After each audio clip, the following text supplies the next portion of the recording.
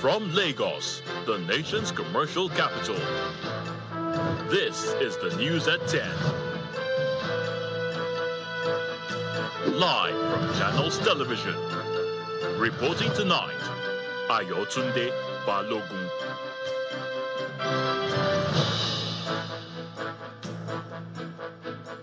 Hello and welcome tonight.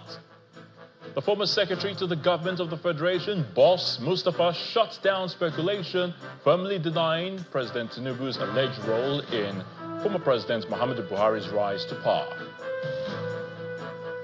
Senate sounds the alarm, directs its Banking and Insurance Committee to dig deep into the troubling spread of fraudulent financial schemes preying on citizens.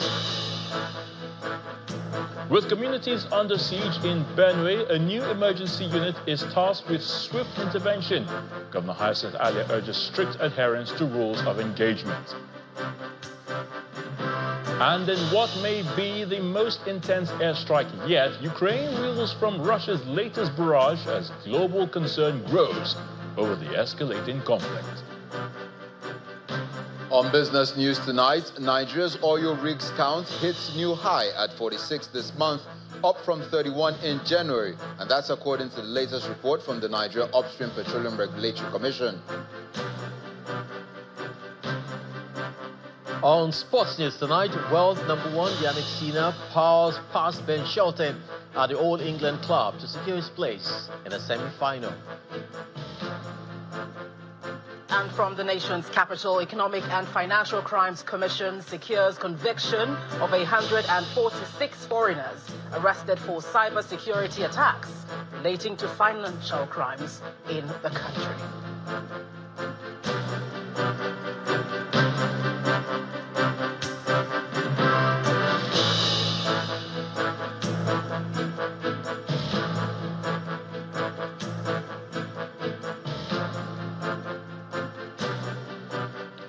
If you're familiar with the expression, take it with a grain of salt, then this certainly may come as interesting news as it affects the 2015 presidential polls, especially with all the speculation surrounding it.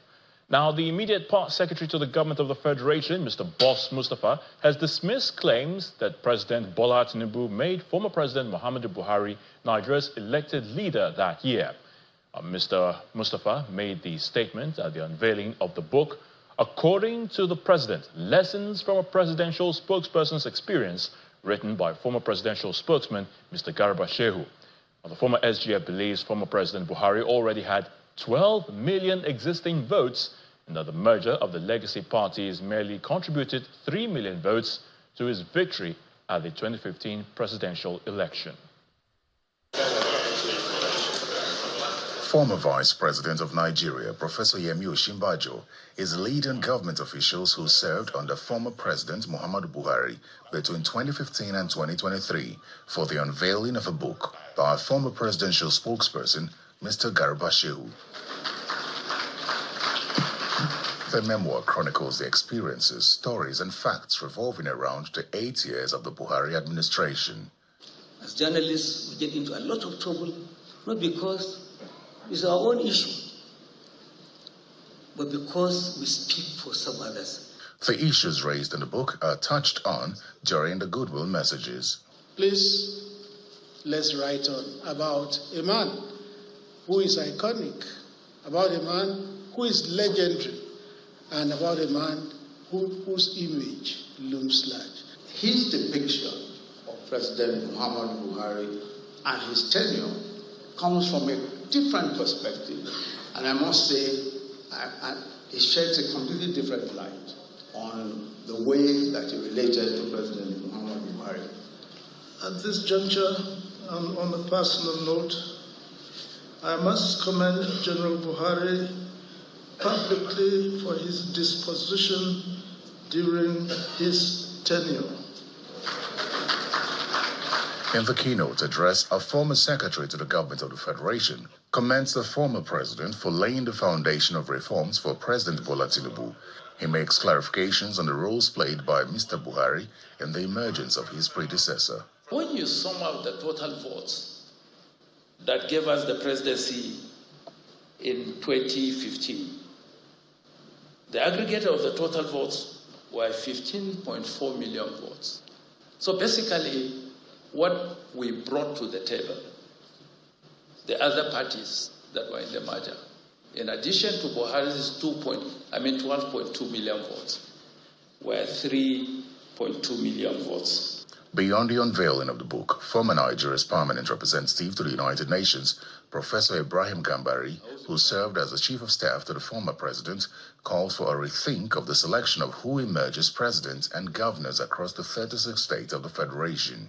The process of selecting the president, I'm using this podium and this book to be, we must look into political parties in Nigeria, how presidential candidates, gubernatorial candidates are selected, by whom, and in what process.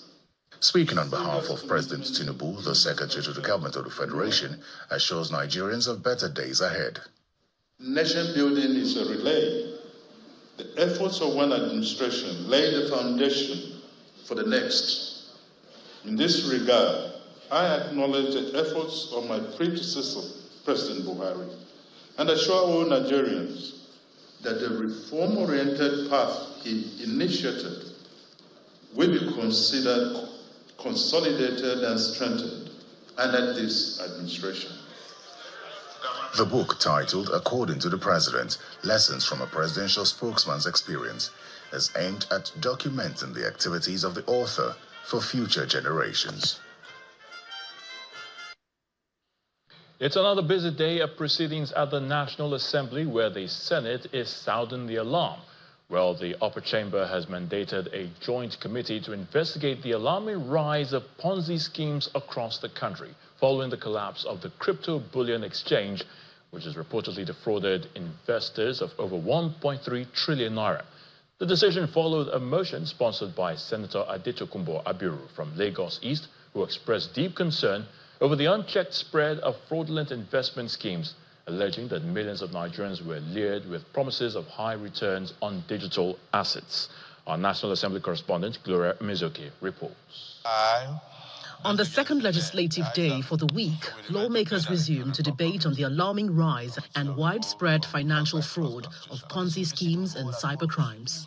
The motion, sponsored by the chairman of the Senate Committee on Banking, Insurance and Other Financial Institutions, Senator Adetokunbo Abiru, chronicles various schemes including the infamous MMM Nigeria in 2016, the NBA Forex in 2020, and most recently, CBEX.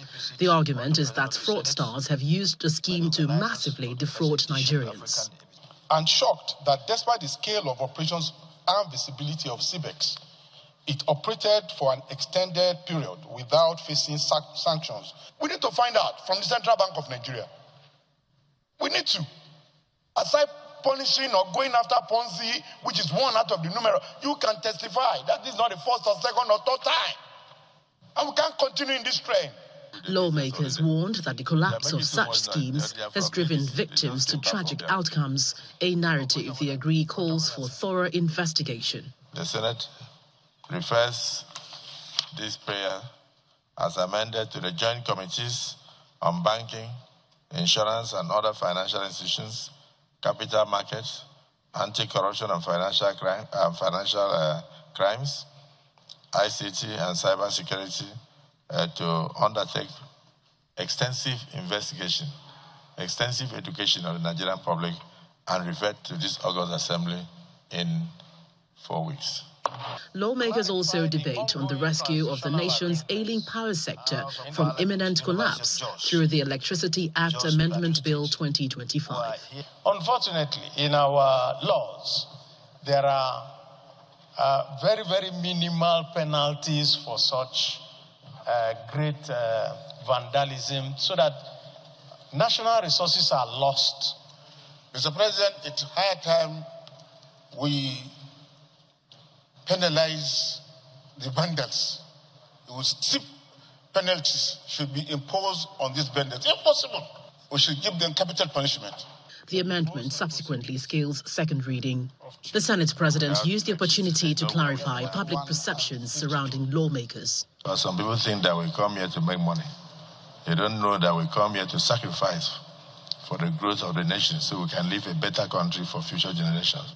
The Senate also harped on the achievements of the Nigerian Customs Service in a motion presented by Senator Issa Jibrin as the Customs Chief assumes the role of chairperson of the World Customs Organization. From the National Assembly, Gloria Umezoke, Channels Television News. There's more from the National Assembly, and this time, wife of the President, Mrs. Oluremi Tinubu, has thrown in her support for the proposed special seats bill, which has scaled second reading at the House of Representatives. The First Lady was represented by the Chairman, House Committee on Women Affairs and Social Development, Honorable Kafilat Ogbara, during the House of Representatives dialogue on the proposed bill on the second day of the National Assembly Open Week in Abuja. She asserts that it's not just about having more women in Parliament, but recognizing the competence and unique skills women bring to the table. Our correspondent, Kumbia Buluade, reports. It's the second day of the National Assembly's Open Week, and the House of Representatives has organized this dialogue to deliberate on the proposed special seat bill for women in the National and State Houses of Assembly. Present at the occasion is the representative of the First Lady of Nigeria, Honorable Kafilat Ogbara, the representative of the Minister of Women Affairs, Mrs. Zainab Ibrahim, the United Kingdom High Commissioner, head of the European Union delegation to Nigeria, among others. Before delving into the business of the day, the minority leader of the House highlights some misconceptions of lawmakers. This is the most unsung arm of government. When we come in, nobody bothers about welfare of this arm. People keep talking about the House of the National Assembly being the highest paid parliament in the whole world. And the reason for all this is not far-fetched. People are not properly informed. The proposed bill is now in focus, and some invited guests air their views on the subject matter. The special seats bill is not a favor to women. It is a national necessity. It is a constitutional corrective long overdue to ensure democracy works for all citizens. It is about justice, representation, and the sustainable development of our dear country, Nigeria. Anyone who has read the special seats bill will clearly understand that it does not take to dilute. It doesn't seek to take any seat away from anybody. The 360 seats remain. What is being sought to be created in the special seats bill is additional seats. According to statistics by PLAC, at the 10th National Assembly, women only occupy 4.2 out of the 469 seats combined in the two chambers, while at the state level, there are only about 55 women out of the 990 seats in the state houses of assembly. The proposed bill, which has passed the second reading in the House of Representatives, seeks to eliminate the underrepresentation of women in Parliament by providing 82 reserved seats in the National Assembly, which is 55 in the House and 27 in the Senate for women and persons with disabilities. However, this gets the full backing of the special guest of honor and the First Lady of Nigeria, Senator Oluremi Tinubu, who is represented by the chairman of the House Committee on Women Affairs and Social Development. I strongly believe that giving women a seat at the table is not about charity. It is about recognizing competence, diversity of experience, and the unique perspectives women bring to leadership. This bill, which seeks to provide special seats for women in the National and State Houses of Assembly, was first introduced in the 9th Assembly, while it's hopeful that this 10th Assembly passes it into law in order to give a boost to women representation at the parliamentary level.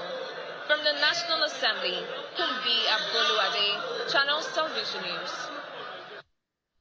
In part two, after the break, federal government allays fears of investing in Borno State, declares that the state is as peaceful as any other state in Nigeria.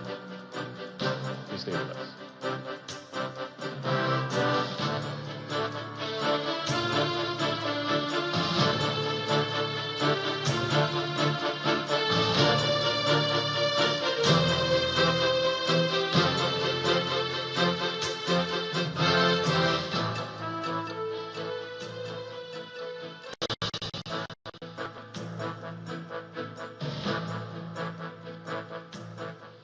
Welcome back. If you've just joined us, you're watching the news at 10 on Channels Television, broadcasting live from Lagos. A reminder of our top stories.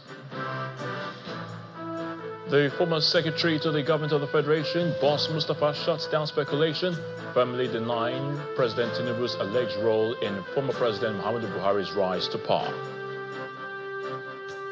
Senate sounds the alarm and directs its Banking and Insurance Committee to dig deep into the troubling spread of fraudulent financial schemes preying on citizens. With communities under siege in Benue, a new emergency unit is tasked with swift intervention. Governor Alia urges strict adherence to the rules of engagement. And in what may be the most intense airstrike yet, Ukraine reels from Russia's latest barrage as global concern grows over the escalating conflict.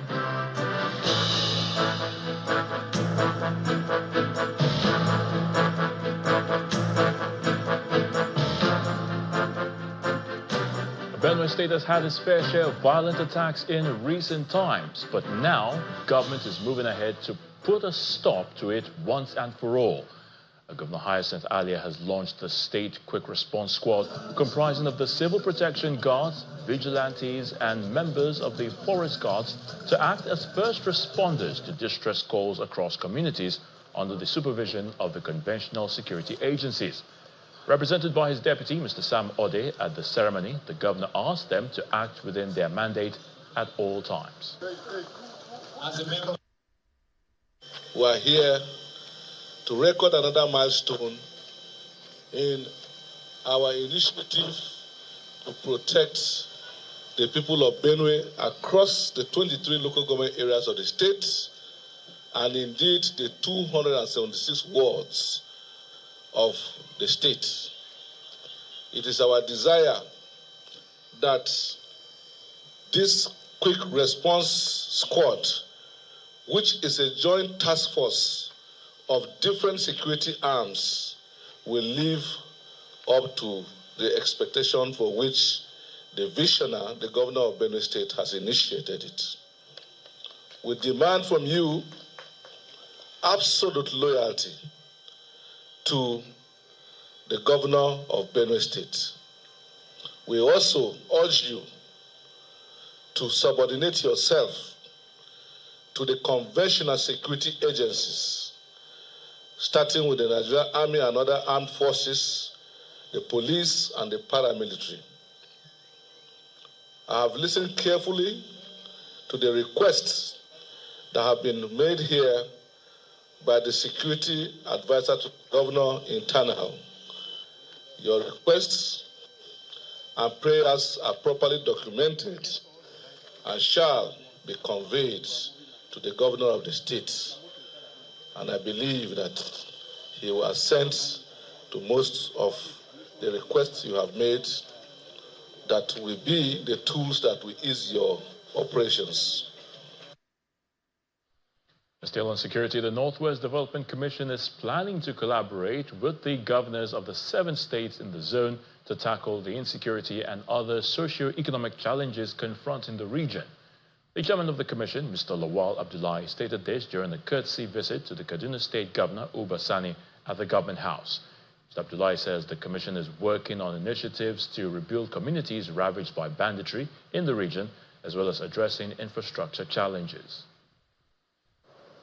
The management team of the Northwest Development Commission is at the Sir Kazim Ibrahim Government House in Kaduna for an interface with Governor Uba Sani. The visit is to apprise the governor of the commission's blueprints and plans for the region ahead of its official takeoff. The commission is also seeking the support of the governor. We are here to assure you that in every aspect of national development that we fit in, we think we can fit in to support, assist, representative and execute for the people of Kaduna State based on your guidance is what we are here for. And also to assure you, sir, we are just struggling to take off and all the hurdles have been substantially crossed. So in the few days or months, Northwest Development Commission will be fully operational. Welcoming the team, Governor Sani urges the commission to prioritize education, poverty alleviation and financial inclusion in its developmental agenda. Deficits we are having here in the Northwest in particular, we're a region that are really battling a lot of issues when it comes to issue of developmental indices, particularly in the area of education, which I believe is very important. We have a lot of gap.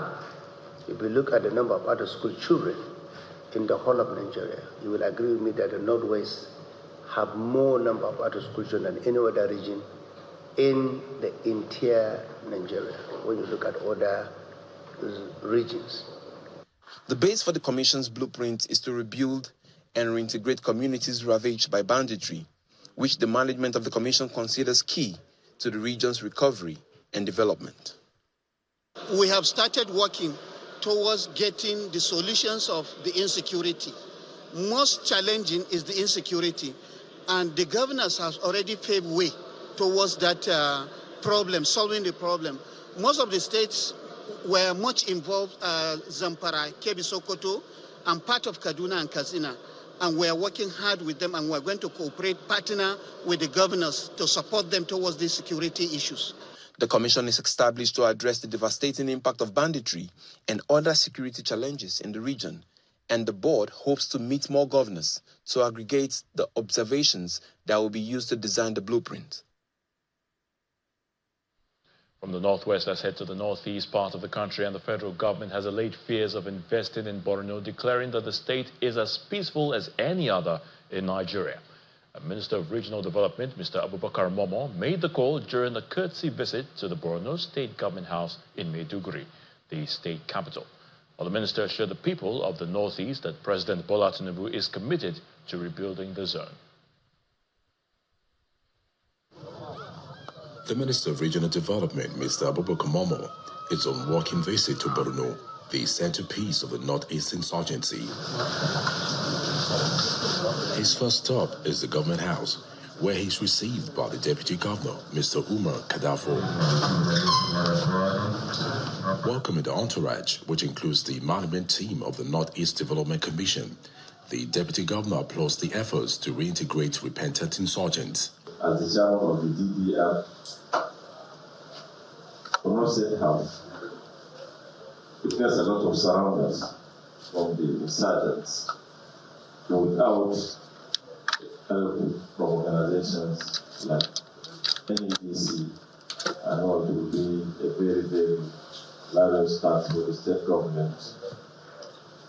And number of surrounded insurgents that we have in the state. The minister begins a tour of some of the projects executed by the Northeast Development Commission.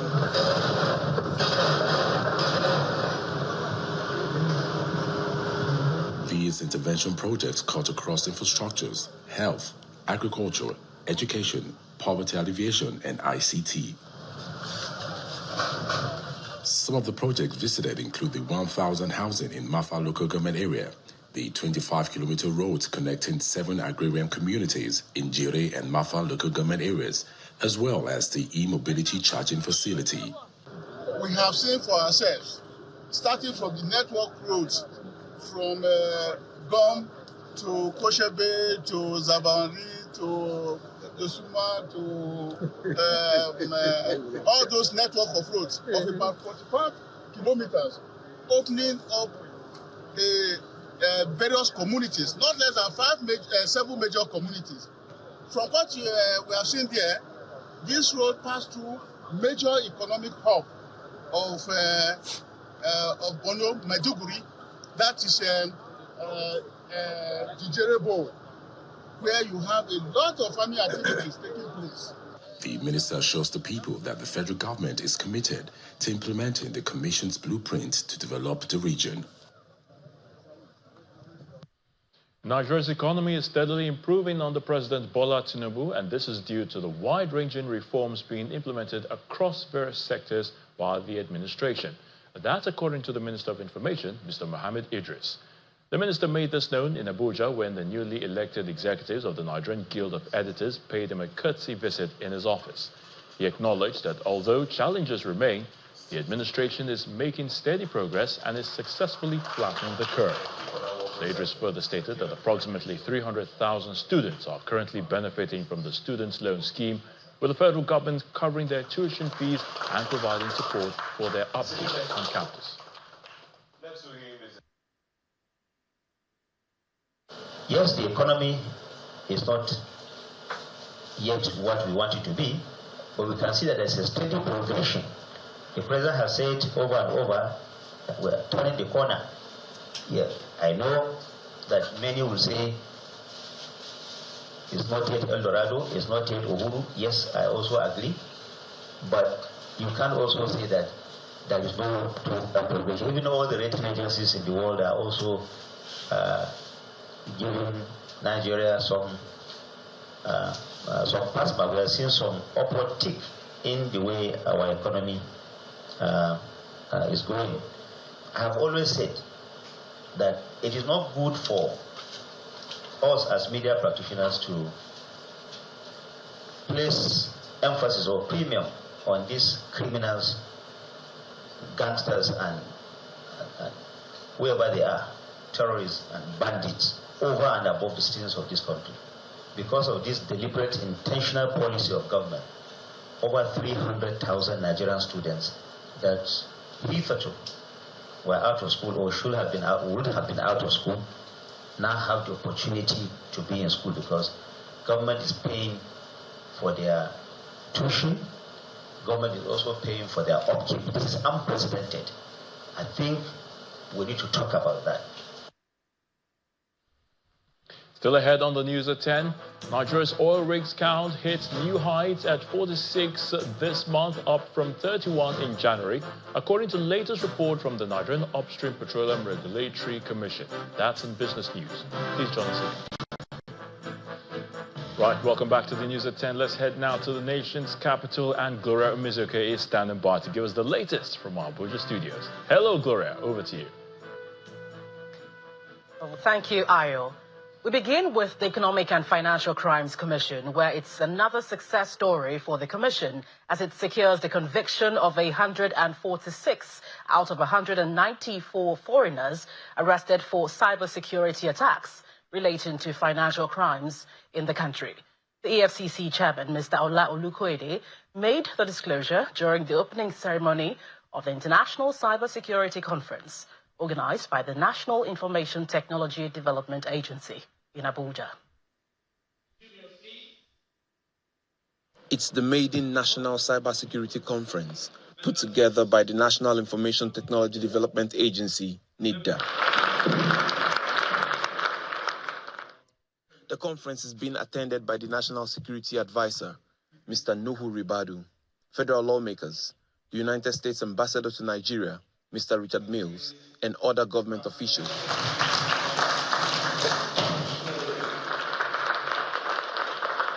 The conference aims to build a resilient national cyberspace. We are opening this conference to achieve 6 objectives. The first one is to strengthen our national cybersecurity resilience by fostering collaboration between governments, academia, industry, and international organizations. In his remarks, the United States Ambassador to Nigeria highlights the vulnerability of several African countries to cyber attacks. In the first quarter of 2025, African organizations experienced, on average, 3,286 separate cyber attacks per organization per week, nearly 3 times the global average. So protecting cyberspace is not just a matter of security, it's a prerequisite for sustained economic prosperity. However, Nigeria seems to be fighting back as the anti-graft agency gives account of recent achievements. Sometime last year in December, you are aware that we busted one of the biggest international cyber fraud syndicates in Nigeria. Consists mostly of foreigners, people from other jurisdictions, using Nigerian identity to perpetrate fraud. and we have arraigned about 182. And as I'm talking to you, as at yesterday, we have secured conviction of about 146 of them. Convicted, they are going to serve their jail term. After the jail term, they are going to be repatriated back to their country. The National Security Advisor is the special guest of honor, and he retraced the commitment of the government to keep the nation's cyberspace very safe. Nigeria is in safe hands. Nigeria will only do better. We are on a journey of recovery and doing well. And that's why things are changing today. We are stabilizing things. Forget about what people are saying. Politicians, they will always do politics. But Nigeria is safe, and it's safer and getting safer every single day. The National Security Advisor also used the opportunity to respond to critics of the administration. These so-called people, so desperate for attention, who believe that it's an entitlement for them to continue to be in government, to steal and continue to pander, they think it is a right for them to be in charge. They are the ones who are occupying our spaces. We have challenge, but we stand up to it. And we are working and we are getting results.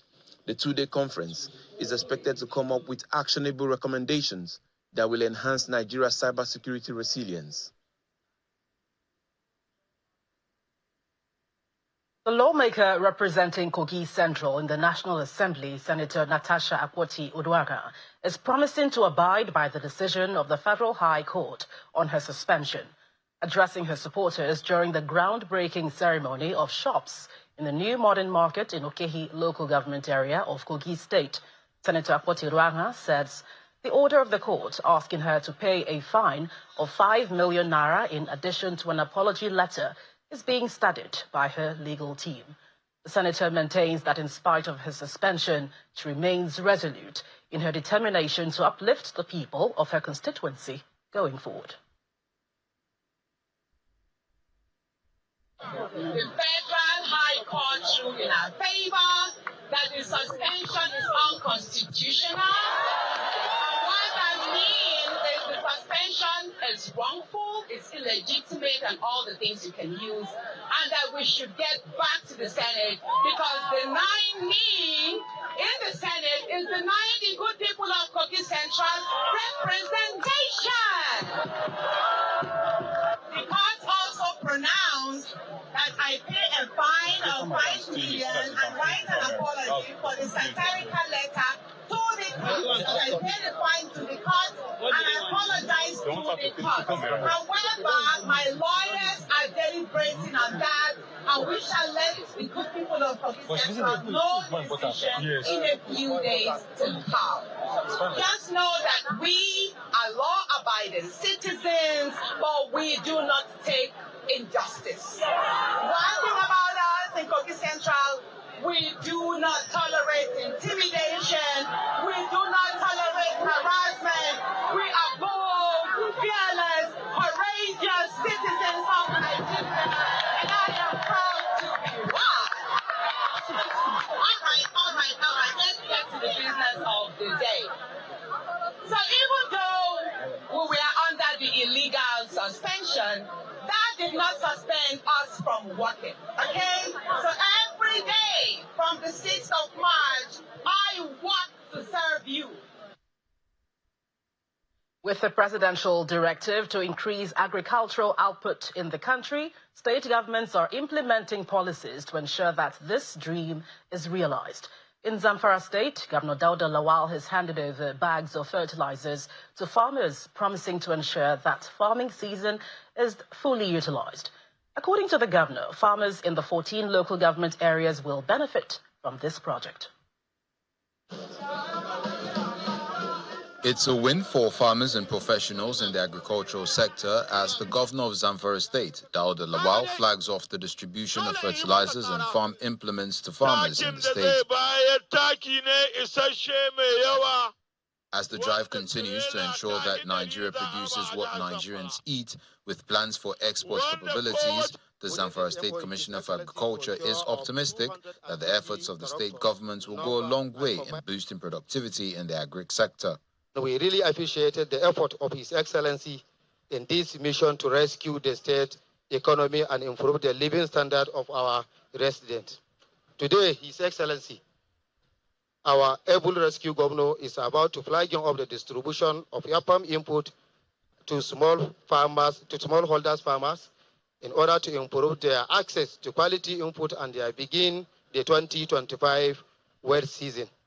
We therefore call on all the beneficiaries of this input to, as a matter of sincerity, make the best possible use for what will receive to double their production, improve the productivity, uplifting the living standard. On his part, the governor calls on farmers to make judicious use of the farming implements given to them, adding that the move is motivated by the need to increase the capacity of farmers across the state. These administrations view agriculture as a strategic driver of food security, job creation, poverty reduction, and inclusive economic growth.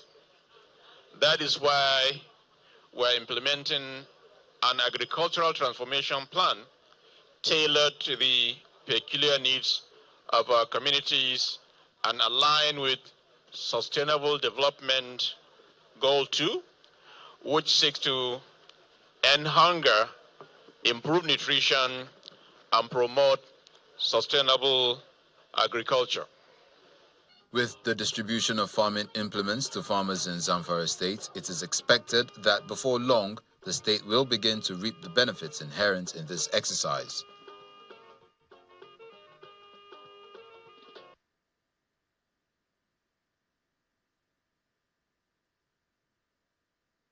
That's it from the nation's capital. Over now to business news, as we take more on the news at 10.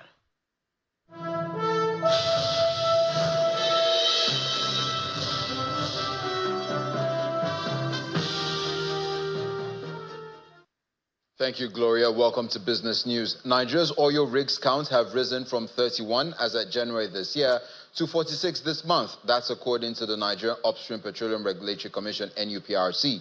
The chief executive of the NUPRC, Benga Komalafe, made this known at a media workshop in Abuja today, and he says the increase in rig counts shows that Nigeria is making huge progress in harnessing its hydrocarbon resources in line with the Commission's efforts to increase the country's crude oil production by 1 million barrels per day before the end of next year through the project's 1 million barrels initiative.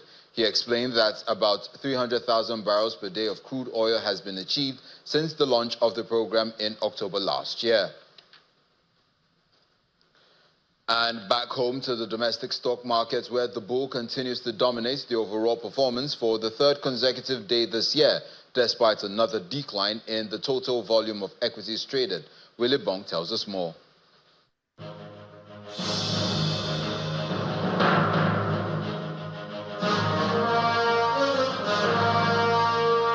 Welcome to the stock market reports. The all-share index hit a new 52-week high today at 121,989.67 points.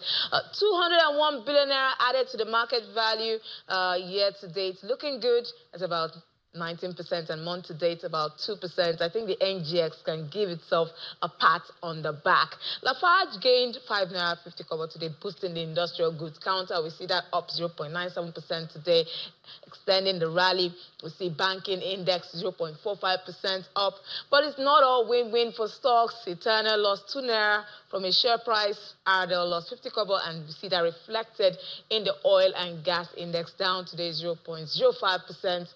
But all in all, investors are still bullish for Japan Gold after the company's 4 kobo dividend payout. Its return to profitability has been welcomed by investors, with markets still extending its winning streak. 150,000 points doesn't seem so far off anymore. And those are the highlights for today. Will Ibong signing out.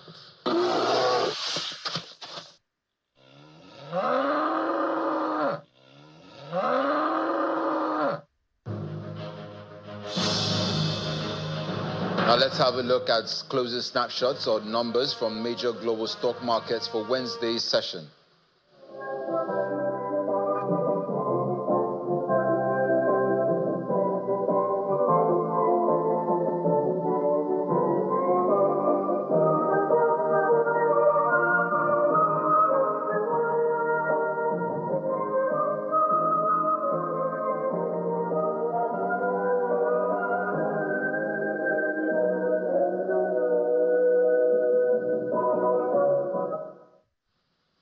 And that's it on Business News. Back to Ayotunde for the rest of the news at 10.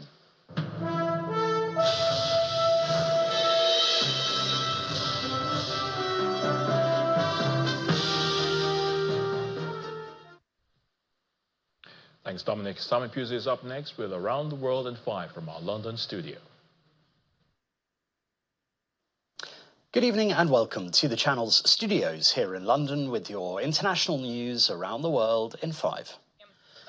President Volodymyr Zelensky says Ukraine has been hit by the biggest ever aerial attack from Russia, with 728 drones and 13 cruise or ballistic missiles hitting cities around the country in multiple waves. Zelensky condemned the telling attack, adding it comes precisely at a time when so many efforts have been made to achieve peace, to establish a ceasefire, and yet only Russia continues to rebuff them all. President Donald Trump said the US would send more weapons to Kyiv, a reversal of last week's suspension, which US media said Trump had not known about. On Tuesday, the US leader expressed growing frustration at the Russian President Vladimir Putin. We get a lot of thrown at us by Putin, for you want to know the truth. He's very nice all the time, but it turns out to be meaningless. Okay, the Senate is passing and passed a very, very tough sanctions bill. Yeah, I'm looking at it. It's an optional bill. It's totally at my option. They pass it totally at my option and to terminate totally at my option. And I'm looking at it very strongly.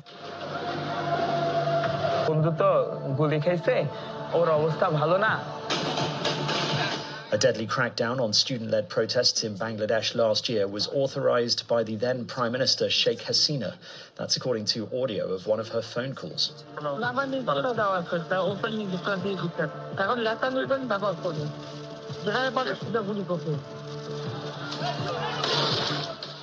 In the audio, which was leaked online in March, Hasina says she authorized her security forces to use lethal weapons against protesters and that wherever they find them, they will shoot. Prosecutors in Bangladesh plan to use the recording as crucial evidence against Hasina, who is being tried in absentia at a special tribunal for crimes against humanity. Up to 1,400 people died in last summer's unrest, according to UN investigators. Hasina, who fled to India, and her party reject all charges against her. At least 161 people are still missing in a single Texas county 4 days after deadly and devastating flash floods hit parts of the state. That's according to the Governor Greg Abbott, as hope fades for survivors to be found. The missing in the hard-hit Kerr County include 5 campers and a counselor from Camp Mystic, a Christian all-girls summer camp located on the banks of the Guadalupe River. At least 111 people have died in the disaster, according to the latest county-by-county tolls published by U.S. media. Know this: we will not stop until every missing person is accounted for. Know this also: there very likely could be more added to that list. Oh no, oh no. Meanwhile, at least 3 people have been killed in the village of Ruidoso in New Mexico after heavy rain caused flash flooding there. Up to 3.5 inches of rain fell, causing the Ruidoso River to rise to a historic level. The floodwaters have now receded. Local officials confirmed a man and 2 children died after being swept downstream.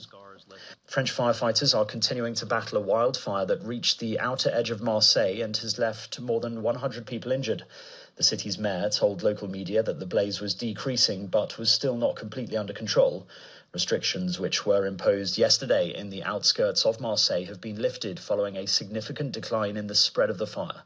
According to the Interior Ministry, 110 people have been slightly injured, including 9 firefighters and 22 police officers since Tuesday. And Christian Horner has been sacked as Red Bull team principal after 20 years in the role. The 51-year-old had been in charge of the Formula One team since its inception in 2005, leading them to 8 Drivers' Championships and 6 Constructors' Championship titles. The dismissal follows months of declining form for the team and internal disputes at the highest level. It also comes 17 months after Horner was accused of sexual harassment and coercive controlling behaviour by a female employee. And that's your international news around the world in 5. Now back to the channel's studios in Lagos.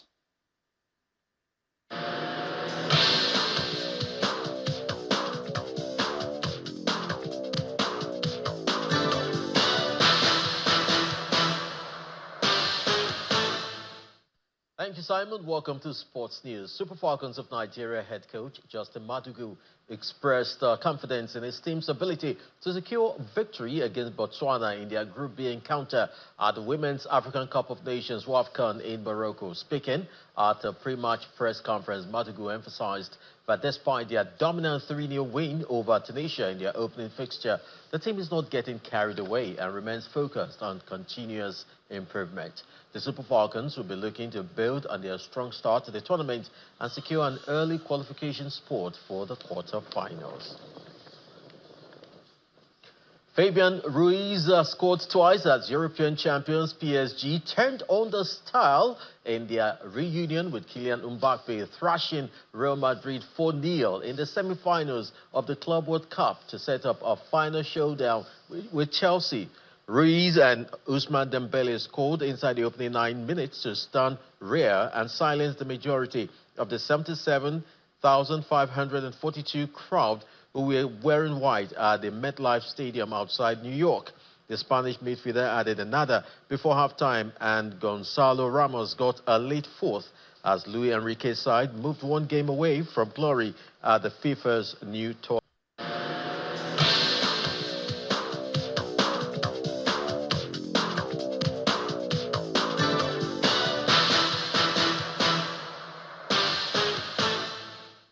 Thanks, Chris.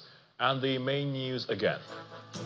The immediate past secretary to the government of the Federation, Mr. Boss Mustafa, today dismissed claims that President Bola Tinubu installed Muhammadu Buhari as president in 2015. He said this in Abuja during the unveiling of Garba Shehu's book, According to the President.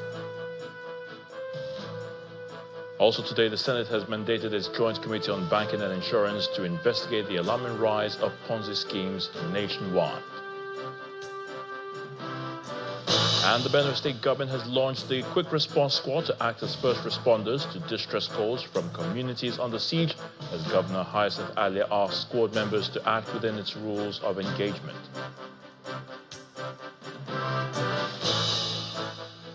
That's the news at 10 tonight. Thank you so much for watching. I'm Ayo Tunde Balogun. Do have a good night.